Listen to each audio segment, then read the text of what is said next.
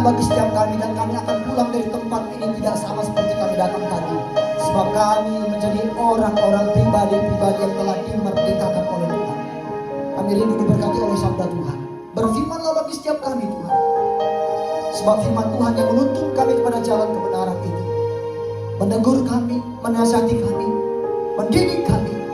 Tuhan, biar Roh Kudus yang ada di hati dan pikiran kami, sehingga benih yang ditabur ini boleh bertumbuh dan menghasilkan buah. Urapi hamba yang jauh dari sempurna ini untuk menyampaikan firman Tuhan. Biar kami sama-sama belajar firman Tuhan. Firman Tuhan, kami sungguh siap. Mari kita siap diberkati firman Tuhan bersama-sama dengan iman kita katakan amin. Puji Tuhan, silakan duduk kembali saudara-saudara. Yes. Shalom semua. Apa kabar? Luar biasa? Apa kabarnya? Luar biasa. Saya bersyukur kepada Tuhan atas anugerah Tuhan bisa melayani di ibadah Star Generation gitu ya. Ibadah anak-anak muda, anak-anak yang diberkati oleh Tuhan, amin. Terima kasih untuk Pak Gembala dan pengurus pemuda atau youth di tempat ini yang mempercayakan saya untuk menyampaikan firman Tuhan. Sudah siap semua? Bisa lihat kiri kanan dengan senyum, katakan kamu tidak rugi datang malam hari ini. Iya, sebab kita akan diberkati, amin. Yang percaya katakan yes. Oke. Tema yang diberikan kepada saya, masa depan menantiku gitu ya. Berkenaan dengan tema itu, maka saya memberikan judul firman Tuhan untuk kita renungkan bersama-sama. Masa depanku cerah, katakan bersama-sama. Masa depanku cerah. Ini kelihatan ini masih bingung, khawatir gitu ya. Dengan iman katakan masa depanku cerah. Lalu bilang ke kiri kanannya, masa depanmu juga cerah sis atau bro. Iya. Oke, mari kita buka Alkitab kita. Saya sudah siapkan di slide, mungkin bisa diklik. Thank you. Yeremia pasal 29 ayat 11, ini ayat yang populer. Kita semua sudah sering sekali membaca ini, mendengarkan ini, atau mungkin berkhotbah dari ayat ini. Izinkan saya untuk menyampaikan kembali berkat firman Tuhan dari ayat ini. Sebab kita percaya firman Tuhan selalu baru, amin. Ketika kita buka hati kita, maka kita pasti mendapatkan sesuatu yang baru dan hidup kita dipulihkan. Yeremia pasal 29 ayat 11, yang sudah dapat bisa katakan amin. Yang belum dapat katakan haleluya. Tapi ada yang belum dapat tadi jawabnya amin gitu ya. Itu namanya bohong loh. Amin semua? Amin. Ayo kita baca dengan iman. Iman kita timbul dari pendengaran akan firman Kristus. 3, 2, 1. Sebab aku ini mengetahui rancangan-rancangan apa yang ada padaku mengenai kamu. Demikianlah firman Tuhan, yaitu rancangan damai sejahtera dan bukan rancangan kecelakaan, untuk memberikan kepadamu hari depan yang penuh harapan. Tuhan Yesus berkata, yang berbahagia ini berkati adalah kita yang mendengarkan firman Tuhan, memelihara dalam hati dan melakukan dalam hidup kita. Saudara tegas dalam Tuhan Yesus Kristus, ketika Tuhan memberikan firman ini kepada orang Israel melalui Nabi Yeremia. Saudara, kalau kita baca kitab Yeremia itu, saya ketika membaca kitab Yeremia, saya merasa sedih. Hati saya ini rasanya remuk gitu ya. Kenapa? Yeremia dipakai Tuhan begitu luar biasa. Yeremia diurapi oleh Tuhan. Dia menyampaikan firman Tuhan apa yang menjadi isi hati Tuhan kepada orang Israel. Namun tidak satupun dari orang Israel yang bertobat loh. Tidak ada satupun yang bertobat. Puluhan tahun Yeremia bernubuat atas nama Tuhan. Tidak ada satupun dari antara orang Israel yang mendengarkannya.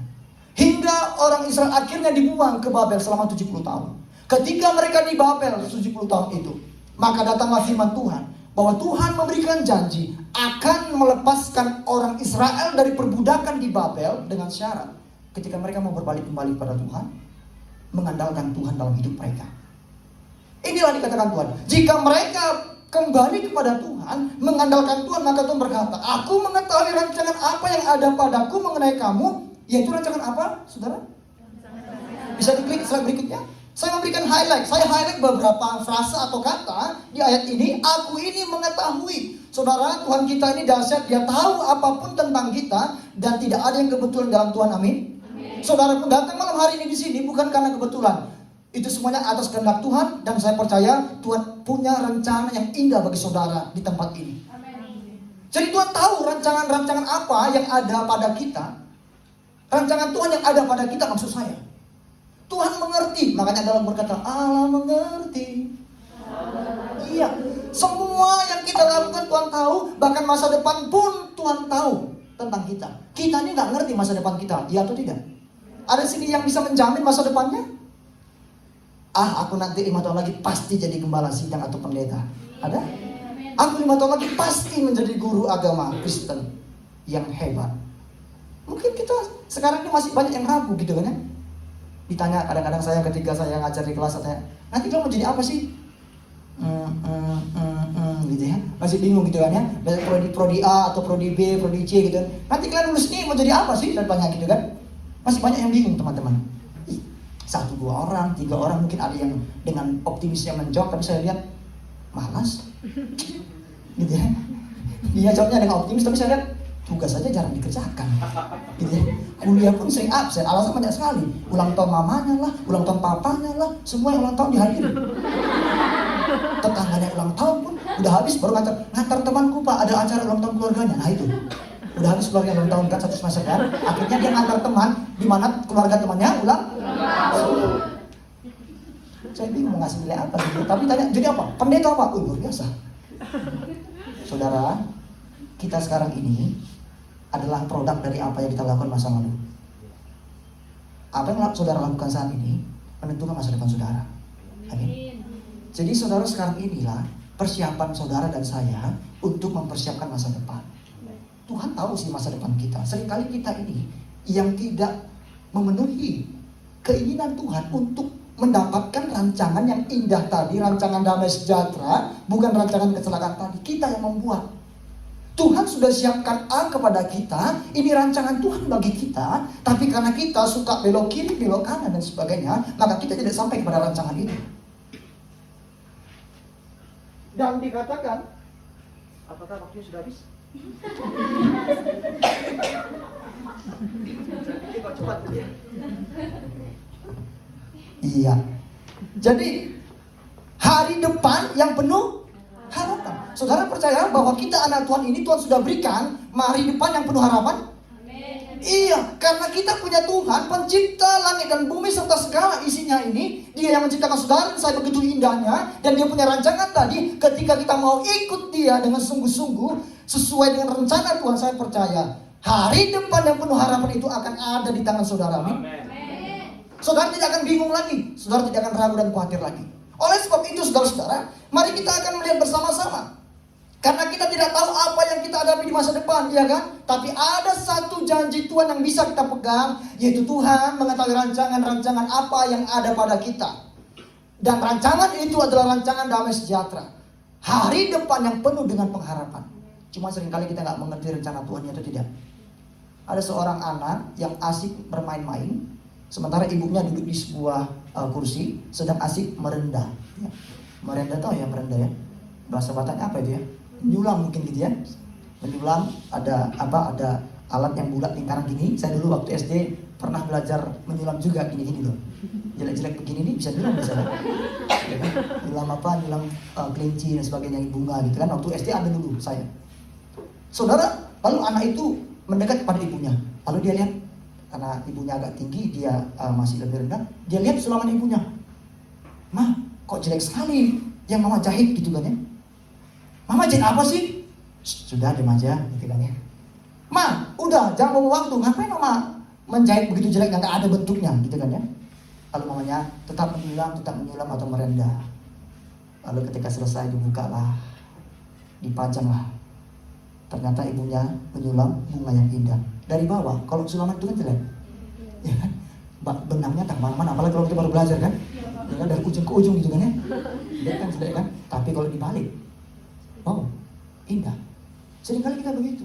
Kita pikir, Tuhan, kok begini ya Tuhan kasih ke saya ya? Enggak benar nih Tuhan. Salah nih Tuhan, Tuhan ini pasti salah nih. Aku mau kesini aja dah. Ini enggak benar nih. Saudara, Tuhan tidak pernah salah. Karena firman berkata, rancangan Tuhan itu jauh melebihi dari rancangan kita. Sejauh langit dan bumi kata firman Tuhan. Kita nggak bisa menyelami pikiran Tuhan. Kalau kita menyelami pikiran Tuhan, maka kita yang Tuhan bukan dia. Iya kan? Tuhan itu nggak bisa kita selami pikiran dia seperti apa. Karena dia Tuhan pencipta. Jadi kalau ada orang yang berani, yang mengatakan bisa menyelami pikiran Tuhan dan tahu semua perencanaan Tuhan, berarti dia yang Tuhan. Makanya ketika kita belajar teologi, belajar tentang firman Tuhan itu, makanya apa yang kita pelajari hanya sebatas apa yang Tuhan nyatakan. Lebih daripada itu adalah bagian Tuhan, kata firman Tuhan, Ulangan pasal 29 ayat 29. Jadi ketika kita belajar firman Tuhan, belajar di sekolah, prodi apapun kita, maka saudara jangan pernah berpikir saudara bisa menguasai tentang Tuhan. Impossible. Ya, karena apa yang ternyatakan di Alkitab ini itu pun tidak seberapa. Ya kan? Nah, ada banyak sekali hal-hal yang tersembunyi yang Tuhan sembunyikan masih. Nanti itu akan Tuhan singkapkan bagi kita ketika kita ada bersama-sama dengan Dia. Nah, saudara-saudara, jadi hari depan kita seringkali tidak memahami rencana Tuhan yang indah. Kita berpikir ini buruk dan sebagainya. Ingat, katakan dalam hati saudara, Tuhan tidak pernah salah untukku. Orang tua kita bisa salah, teman kita bisa salah, keluarga kita bisa salah, tapi Tuhan tidak pernah bisa salah. Amin. Dia tidak pernah gagal. Nah, hari ini akan kita belajar yuk bersama-sama. Siapa sih yang akan punya masa depan yang cerah tadi? Pertama, orang yang memiliki masa depan cerah, harapan yang indah tadi itu, masa depan yang indah tadi itu adalah orang yang takut akan, katakan sama-sama, takut akan. Nah, di dalam Amsal pasal 23 ayat 17 sampai 18, saya sudah siapkan, bisa diklik. Oke, biar kita cepat. Amsal 23 ayat 17 sampai 18. Saya buat agak cepat ya, mungkin 2,5 jam boleh ya. Jadi kita doa semua malaman gitu ya.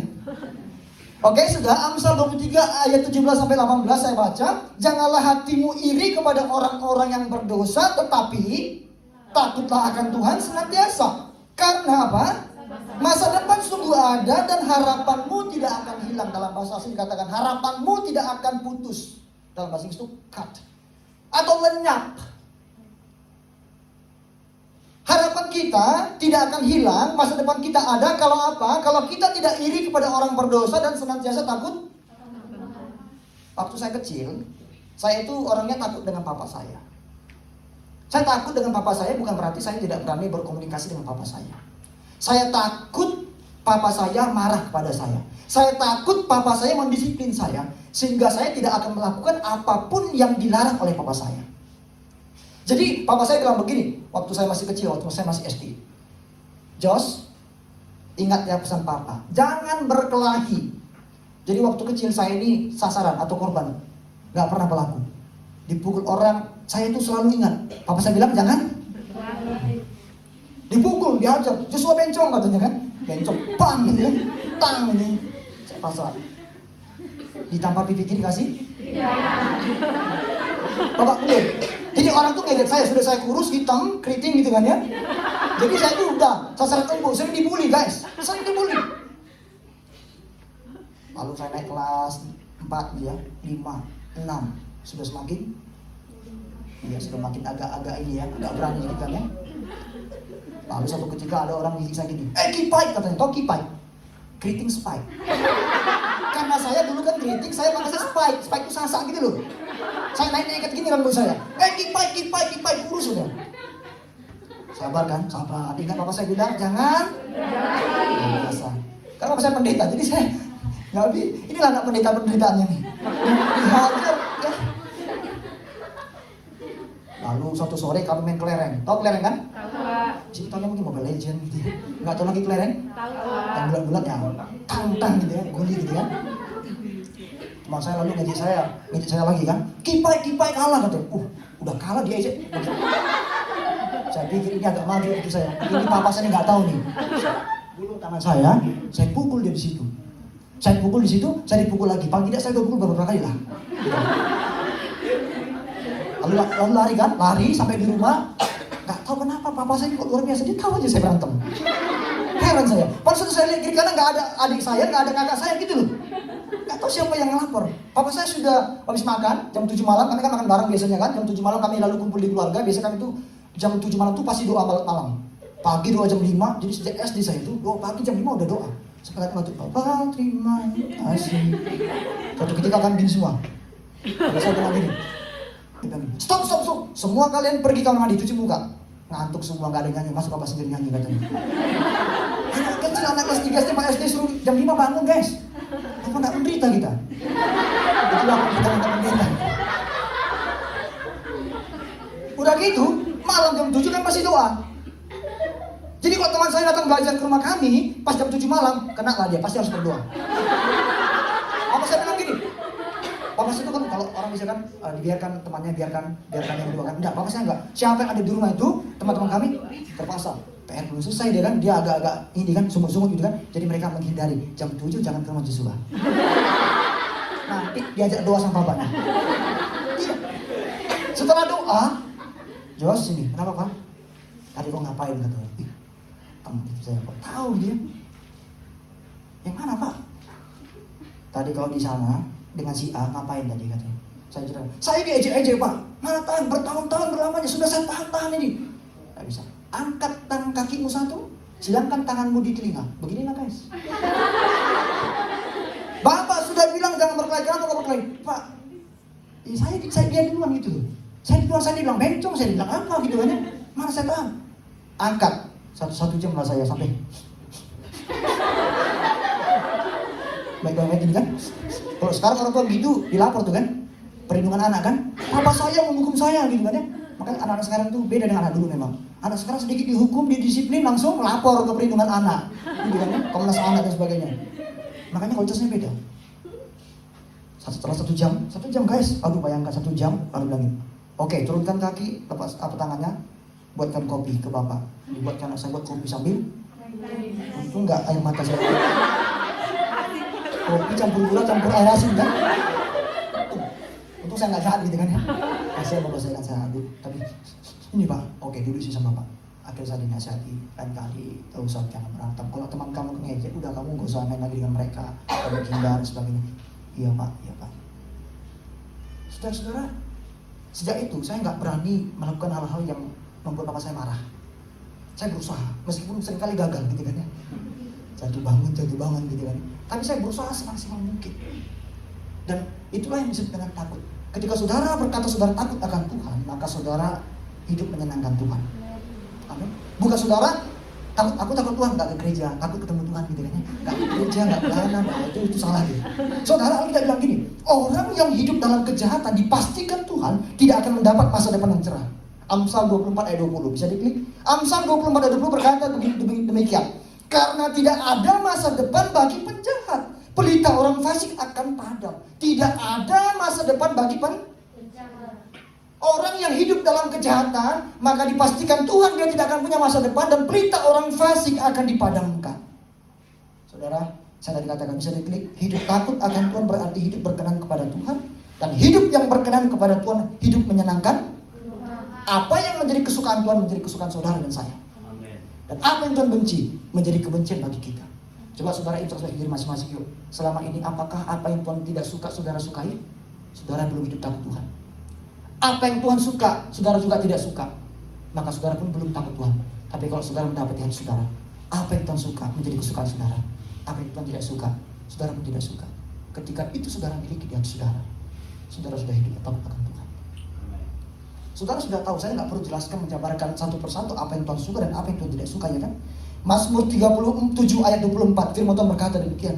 Mazmur 37 ayat 24. Tuhan menetapkan langkah-langkah orang yang hidupnya berkenan kepadanya. Apabila ia jatuh tidaklah sampai apa? Sebab tangan Tuhan menopang apa? Jangan lakukan hal-hal yang dibenci oleh Tuhan. Apa dosa? Anak muda sekarang dosanya banyak sekali saya lihat.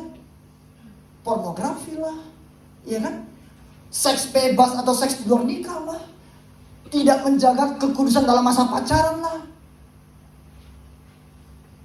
Adiksi minuman keras lah. Adiksi rokok lah, adiksi game online lah, adiksi judi online. Kalau pinjol ya kalau bisa bayar nggak apa-apa lah, pinjaman online. Adiksi yang lain, drama Korea, drama Indonesia, drama Turki, semua kita. Sama adiksi itu kita sudah campur. Saudara, sesuatu yang berlebihan itu nggak baik loh, ya kan? Nggak baik loh. Semuanya harus balance, seimbang. Saudara silakan main game untuk refreshing. Kadang-kadang orang selek main game kan supaya apa? Kita kan main game kan supaya senang kan? Banyak orang main game malah marah loh. Karena kalah sebagian dibandingnya HP-nya, ngamuk ke temannya gitu kan. Oh, kebalik. Orang main HP supaya terhibur, main game gitu. Ini orang banyak main game, emosinya lagi malah makin bahaya. Saudara, ketika saudara seperti itu bertobat ya. Saudara sudah dikuasai ya. Main game itu silakan. Saya bilang kan asrama juga. Kalian main game silakan. Saya tuh main game sekali apa? Candy Crush. Kalau saya lagi ada waktu luang, lagi apa? Main Candy Crush. gitu kan. Candy Crush. Tak apa-apa. Tapi tanya istri saya main game satu hari berapa? Gak sampai setengah jam loh saya satu hari main game. Kalau saya lagi selesai misalkan dengan anak mahasiswa doa malam, lalu bicara-bicara dengan istri, lalu mau tidur, main game sebentar, dan istri, oh udah jam 10-an, ayo taruh HP kita tidur. Bangun pagi lagi, doa lagi dan sebagainya. Tak larang main game, tapi jangan sampai saudara dikuasai. Amin saudara? Nonton drama Korea pun gak masalah sih. Tapi jangan sampai saudara satu hari itu habis 20 episode. Berseri-seri habis tuh. Alkitab satu perikop pun belum terbaca. Ya kan? Istri saya nih, waktu di Surabaya istri saya nih, dulu waktu zaman TikTok lagi viral, TikTok gitu kan. TikTok dulu kan banyak konten-konten yang tidak senonoh gitu ya. Meskipun sekarang ada sedikit gitu kan, tapi mulai agak difilter, tapi dulu banyak sekali kan. Istri saya selalu lihat TikTok, baru di YouTube gitu kan ya. YouTube si Ruben Onsu sedang ngasih makan anaknya 2 jam 3 jam ditonton. Saya bilang, Hani nonton khotbah saya po. Gitu, nonton khotbah saya lebih baik saya bilang pada kau nonton itu atau yang lain lah itu. Ngapain kamu nonton si Ruben Onsu sedang ngasih anaknya makan 2 jam? Habis datamu, meskipun pakai wifi kan, habis waktumu. Tonton yang membangun iman gitu loh. Atau mungkin tentang masak-masak, dia kan suka masak. Resep-resep baru kamu coba kan lebih baik gitu kan ya. Saudara nonton artis, mereka sudah banyak duit, kok tambah lagi duit yang habis kasih ke mereka. Kalian tonton video-video nggak ada manfaatnya, ngapain? Si Ruben Onsu sudah potong rumput, hari ini guys kalian akan potong rumput ya. Ini dulu dibersihkan sebelah sini, berjam-jam, aduh itu penipuan itu, hati-hati. Tapi banyak kan orang suka sekalian. Satu hari sudah 1 miliar yang nonton, luar biasa. Khotbah saya 1 hari gak ada yang nonton. Saya post 3 tahun yang lalu masih 29 yang nonton. Itu pun mungkin saya yang nonton semua itu. Heran saya. Memang besarlah jalan menuju tempat binasa, sempitlah jalan menuju. Saudara, saya nggak berkata kita ini anti dunia, kita kan di dunia. Tanya saja ingat, carilah dahulu kerajaan Allah dan kebenarannya, semuanya ditambahkan. Prioritaskanlah Tuhan dalam hidup kita. Saya berkata kita tiap hari baca Alkitab, haleluya, gak usah kuliah baca Alkitab pada pendeta. Puji Tuhan. Saudara orang aneh kalau begitu. Iya kan? Jadi hidup sewajarnya. Saudara-saudara, apalagi dosa kita, perkataan tidak membangun, kita bully orang dulu sana sini seperti saya tadi korban bully gitu kan ya. Banyak saudara-saudara. Buanglah semuanya itu. Yakobus pasal 1 ayat 21 berkata, sebab itu buanglah, dalam bahasa asli kata ini, potonglah, hapuskanlah segala sesuatu yang kotor dan kejahatan yang begitu banyak, dan terimalah dengan lemah lembut firman yang tertanam dalam hatimu yang berkuasa menyelamatkan jiwamu. Dengan apakah seorang muda dapat mempertahankan kelakuannya bersih? Dan menjaganya sesuai dengan firman Tuhan. Saudara mau memotong, mengikis hal-hal tadi yang Tuhan tidak suka tadi, belajar firman Tuhan. Hanya dengan itu saudara bisa mengikis, memotong, bahkan menghapus, delete. Jangan lagi undo ya. Kalau kita seringkali kita hapus, nggak sengaja kita balik lagi kan, kita undo kan, jangan. Kalau udah delete biar buang sampah. Biarkan, jangan lagi saudara kembalikan, saudara restore. Dengan cara apa? Bisa menjaganya dengan firman. Saudara mendapatkan firman Tuhan, ibadah malam hari ini kita mendengar firman Tuhan. Itu mengikis hal-hal yang tidak baik dalam diri kita. Amin. Saudara kalau dikikis itu, kalau kita motong sayur, kalau sayur itu bisa ngomong, sakit nggak? Saudara kena sayur sendiri sakit nggak? Namanya potong itu sakit. Saudara di persekutuan menjadi lebih indah dari depan Tuhan, memang sakit, tak enak. Orang maki kita nggak boleh balas, kan enak kan? Enak nggak? Gak enak guys. Orang fitnah kita nggak bisa balas gitu kan? Fitnah lebih kejam daripada fitness. Itu nggak sakit kan? Tapi itu proses Tuhan loh, untuk mengikis, memotong hal-hal yang tidak baik tadi. Tuhan pertemuan kita dengan teman-teman yang menjengkelkan kita. Tuhan sedang melatih kesabaran saudara. Amin. Itu proses Tuhan. Bersyukur saudara ketemu dengan orang yang menjengkelkan setiap hari.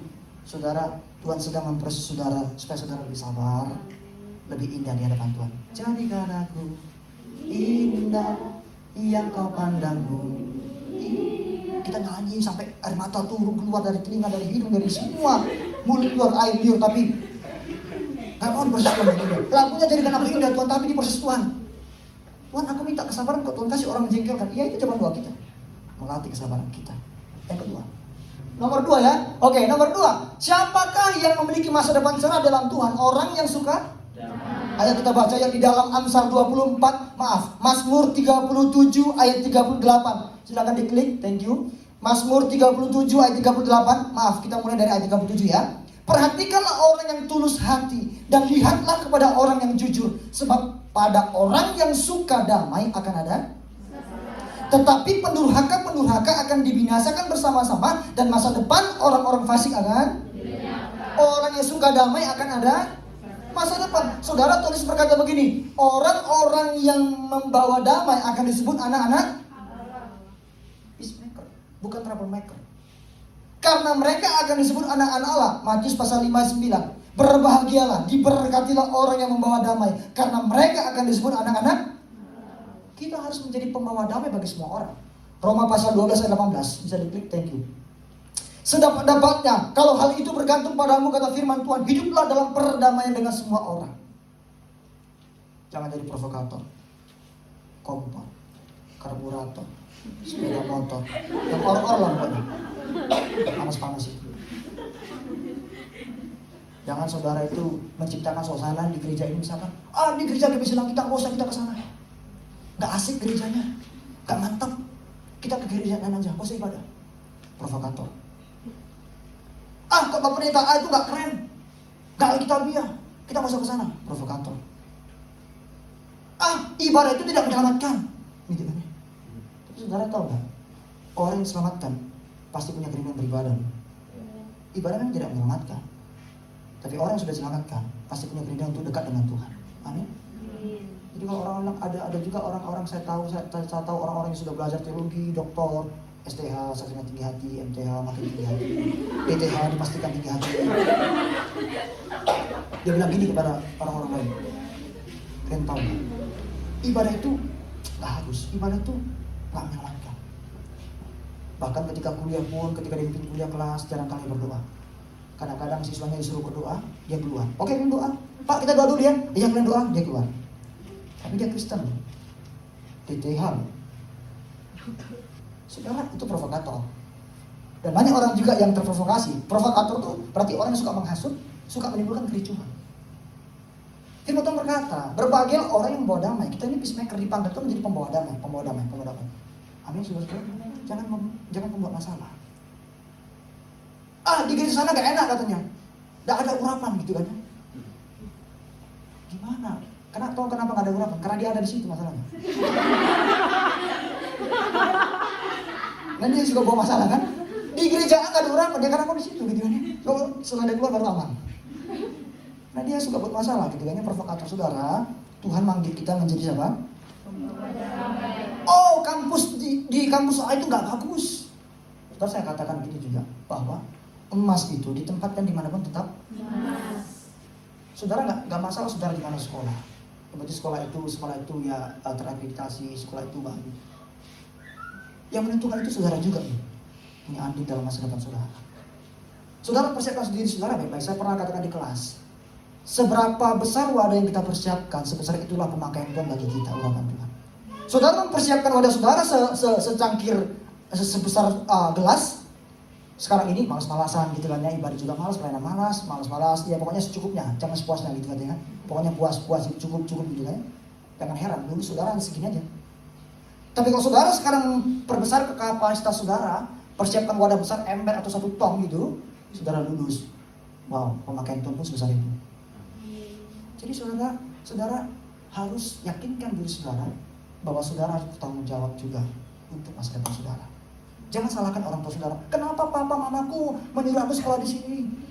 Ya kan? Kenapa keluargaku menyuruh aku sekolah di sini? Kenapa aku dapat begini, dosen beginilah, teman beginilah? Saudara, udah berhenti mengeluh. Semuanya itu Tuhan katakan Tuhan dulu bekerja untuk mendatangkan kebaikan kok. Cara kita merespon lah yang paling penting.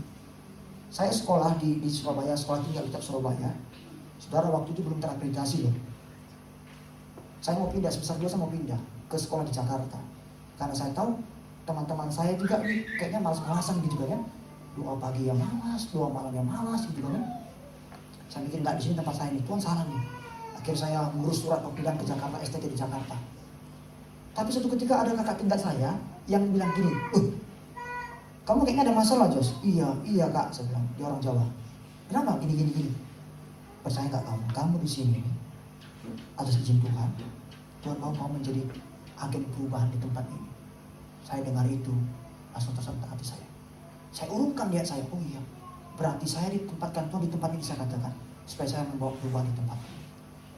Akhirnya saya mengurungkan niat saya untuk pindah. Saya belajar sungguh-sungguh, saya tidak mau tahu dengan teman-teman saya yang malas. Terserah mereka mau kuliah nggak kuliah, diingatkan nggak mau kuliah, terserah, saya tetap maju. Dan sampai saya bisa lulus dengan baik. Dan ketika saya lulus, puji Tuhan, waktu itu pas kami sudah akreditasi, sehingga ijazah saya menjadi ijazah negara. Semuanya indah pada, sehingga saya lanjut lagi S2 dan saya lanjut S3 dan sebagainya. Saudara, itulah makanya kita harus menjadi pembawa dengan. Berkata, aku bertanggung jawab atas diriku sendiri. Aku lakukan bagianku, Tuhan akan lakukan bagian. Bagi saudara apa? Belajar, persiapkan diri sungguh-sungguh. Yang lain itu jangan takut, serahkan kepada Tuhan. Diberkatilah orang yang mengandalkan Tuhan, yang menaruh harapannya hanya kepada pegang itu. Yang ketiga, yang terakhir. Yang terakhir enak ya. Karena kalau pendeta sudah pegang ini bahaya, bisa tumbuh sini. Pak Gembala masih paham gitu ya, tahu. Yang ketiga, siapa yang memiliki masa depan cerah? Orang yang berhikmat. Katakan sama-sama. Orang yang berhikmat. Amsal 24 ayat 14. Bisa diklik? Ya. Ketahuilah, dengan demikianlah hikmat untuk jiwamu. Jika engkau, maka akan ada apa? Dan harapanmu tidak akan. Saudara, hikmat kita peroleh itu hanya dari pengajaran firman Tuhan. Yang percaya katakan amin. Bukan yang lain. Bukan buku-buku motivasi saudara baca, saudara mendapatkan hikmat. Bukan buku-buku teologi yang dikarang oleh teolog-teolog hebat di barat sana yang akan memberikan hikmat kepada saudara. Bukan novel. Bukan apa yang kita miliki. Mungkin kita suka menonton film A, B, C. Mungkin wawasan kita bertambah, tapi hikmat tidak kita terima dari situ. Karena hikmat hanya kita terima ketika kita mendengar firman. Apalagi saudara mendapatkan hikmat dari buku zodiak gitu kan. Apa bintangku? Leo. Minggu ini kamu akan mengalami kesulitan keuangan. Si dia mulai menjauh dari kamu akan merasa banyak. Coba kalian kumpulkan ya. Itu lagi diulangi itu. Saudara-saudara, jangan dibodoh-bodohin. Orang luar sana kira aja. Kita masih ikutan. Apa bintangmu? Leo. Apa Aquarius gitu kan? Orang bilang, apa bintangmu? Yesus, bintang di timur. Tuhan gak suka meramah-meramah. Sudah, tinggalkanlah. Ya, itu semuanya dari roh jahat. Amin, saudara-saudara. Saudara mendapat hikmat. Nggak dari situ semua kok. Makanya ketika saya ngajar di kelas, kalau saya bilang gini, saudara, jangan saudara banyak baca buku teologi. Baca Alkitab. Dari situlah sumbernya. Amin. Wahyu Allah itu dari kita tertulis dulu. Buku teologi itu membantu saudara. Jangan saudara menurut si A, menurut si B. Nggak pernah baca Alkitab. Menurut teolog A, teolog B, teolog C. Itu aja kalau dia ngomong. Ini salah itu. Bacalah firman Tuhan. Amin. Baca firman Tuhan. Siapa sih yang setiap hari baca firman Tuhan? Ya. Yang di asrama ya, karena kita doa pagi terus ya. Terus. Sempat kalian pindah kos, saya agak ragu. Saudara, saya pernah waktu saya beberapa minggu saya juga katakan ya, bacalah firman Tuhan. Gak masalah berapa banyak kan? Saudara baca satu perikop pun, saudara renungkan, yes. Saudara akan seperti pohon ditanam di tepi aliran yang merambatkan akar-akarnya ke tepi batang air, menghasilkan buahnya pada tidak lagi bau. Saudara mau berhasil, itu firman Tuhan kuncinya. Pelajari firman Tuhan, disitulah banyak sekali aturan-aturan, syarat-syarat, panduan dari Tuhan untuk saudara sukses di mata Tuhan, bukan hanya di mata diri. Jadi saudara-saudara, mari kita latih diri kita. Kita miliki hikmat. Amsal 19 ayat 20 berkata demikian. Dengarkanlah nasihat dan terimalah didikan, supaya engkau menjadi bijak di masa depan. Dengarkanlah nasihat dan terimalah didikan, amin. Supaya engkau menjadi bijak di masa. Ingat, hikmat Tuhanlah yang memampukan saudara dan saya, yang memampukan kita untuk berjalan dan berencana dan kehendak Tuhan, untuk mencapai masa depan yang Tuhan siapkan. Dengan hikmat Tuhan kita mampu berjalan dalam rencana Tuhan, sehingga kita mencapai apa yang Tuhan siapkan bagi kita. Tanpa hikmat Tuhan, saudara tidak akan bisa mencapai itu. Oleh sebab itu berdoalah. Yakobus berkata begini, kalau ada orang yang kekurangan hikmat, mintalah kepada Bapa. Dia akan memberikan kepada kita tanpa mengungkit-ungkit. Saudara, mungkin kita salah, balik yuk. Saudara, selagi kita bernafas nih, itu kesempatan bagi saudara untuk berbalik kepada Tuhan. Tidak ada kata terlambat tuh. Aku terlalu berdosa, tidak ada dosa yang bisa diampuni Tuhan kok. Amin. 1 Yohanes 1:9 berkata begini, kalau kita mengaku dosa maka Dia setia dan adil mengampuni dosa kita Yesaya berkata begini, semerah kain kirmiji pun semerah kain kesumba akan putih seperti bulu domba atau salju. Ada orang yang, aku gak berani kerja, kenapa? Udah besar dosaku katanya. Dia belum mengerti kasih Tuhan. Tuhan justru menunggu orang-orang yang remuk hatinya. Amin. Dia menyadari bahwa aku ini berdosa Tuhan. Bukan orang yang merasa aku ini rohani, aku ini pelayanan loh. Orang begitu Tuhan gak suka. Yang Tuhan suka adalah orang yang mengatakan, aku ini berdosa Tuhan. Aku butuh belas kasihan Tuhan. Ampuni aku Tuhan. Amin. Saudara-saudara, ada sebuah kisah. Ada tiga orang yang sedang dari luar negeri, dari Inggris pergi ke Indonesia, lalu masuk pedalaman gitu kan ya. Ketangkap sama suku pedalaman itu. Suku itu masih kanibal, memakan sesamanya manusia. Lalu ketika mereka ditangkap, dimasukkan di kurungan, dibuat pesta kan, mereka huha gitu kan ya. Lalu mohon mereka bertiga, tolong lepaskan kami, keluarga kami ada di Inggris gitu loh. Tolong lepaskan kami. Mereka mohon dengan sangat, akhirnya kepala suku bilang gini, oke, katanya, kalian akan kami lepaskan dengan syarat. Pergi ke hutan, cari 10 sejumlah 10 buah. Kalau kalian misalkan cari mangga 10 gitu maksudnya ya, satu jenis. Lalu mereka langsung lari dengan putar-panting lari kan, tapi diawasi oleh anggota suku kan mana-mana kan. Kalau sempat lari kabur habis kan. Dicari-cari mereka. Yang pertama datang, dibawanya 10 buah ceri. Tahu ceri kan? Ternyata mereka nggak tahu buah itu bukan untuk dipersembahkan dikasih kepada kepala suku. Ternyata buah itu dipakai untuk melempar mereka. Siapa yang bergerak dan berteriak masuk. Namanya buah ceri kan kecil, bisa tahan nggak melempar? Tahan kan? Yang ke-10 dia ketawa. Karena dia ketawa ada reaksinya, masuk di kurung, siap-siap untuk dimakan. Yang kedua datang bawa mangga besar-besar. Mangga nggak besar, dilempar yang kelima udah sakit.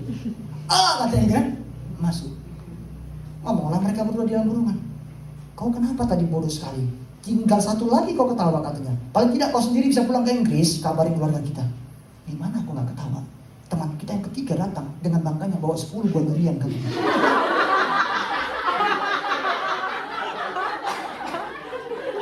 Dia nggak tahu. Mungkin durian masih begini kan yang mereka bertiga akhirnya masuk. Apa pesan dari situ? Saudara, kerajinan tanpa hikmat itu sia-sia kata firman Tuhan. Amsal berkata begini, Amsal 9 ayat 2, tanpa pengetahuan, kerajinan pun tidak baik. Orang yang tergesa-gesa akan salah langkah. Saudara, jangan tergesa-gesa. Segala sesuatu itu butuh hikmat Tuhan. Tuhan berikan aku hikmat. Supaya apa yang aku lakukan ini benar dan tidak salah langkah. Mereka tadi buru-buru, tergesa-gesa. Gak tanya dulu, buahnya mau diapain Pak? Gitu kan? Nanti buahnya dilempar ke kalian gitu ya, sampai yang ini kan, kalau ada aturannya kan, mereka akan cari buah yang kecil-kecil kan? Dicari pula durian. Butuh hikmat Tuhan. Kerajinan tanpa hikmat pun sia-sia kata firman Tuhan. Oleh sebab itu mari kita baca firman Tuhan setiap hari yuk. Mau komitmen? Baca firman Tuhan, amin. Satu perikop, satu pasal, 2 pasal. Saudara baca 5 pasal 1 hari, 8 bulan selesai 1 Alkitab. Saudara baca 3 pasal 1 hari, 1 tahun selesai. PLNPB. Baca terus, sesuatu yang baru akan saudara dapatkan. Amin saudara? Amin. Jangan buang-buang waktu dengan kemalasan saudara, amin. Orang yang beriman itu tidak akan pernah buang-buang waktu. Tuhan menjadikan semuanya indah pada, tapi kita buang-buang waktu. Gak ada itu. Tuhan tidak bisa bekerja, kita buang-buang waktu. Bagaimana Tuhan bekerja indah pada waktunya? Mazmur 90 ayat 12 berkata demikian. Ajarlah kami menghitung hari-hari kami sedemikian, hingga kami beroleh hati yang Tuhan ajari kami menghitung hari kami sedemikian, supaya kami beroleh hati yang bijaksana. Apapun yang kami lakukan detik dalam hidup kami menyenangkan Tuhan. Berikan kami hikmat supaya kami tidak salah melangkah dan salah dalam mengambil keputusan. 3 hal ini kita renungkan bersama-sama dan kita lakukan. Orang yang memiliki masa depan cerah dalam Tuhan, orang yang takut akan Tuhan, suka damai, dan berhikmat. Ketika saudara memiliki 3 ini, doa kepada Tuhan, Tuhan akan berikan pada saudara. Saya percaya masa depan yang indah dan cerah menanti saudara. Mari kita berdiri bersama-sama.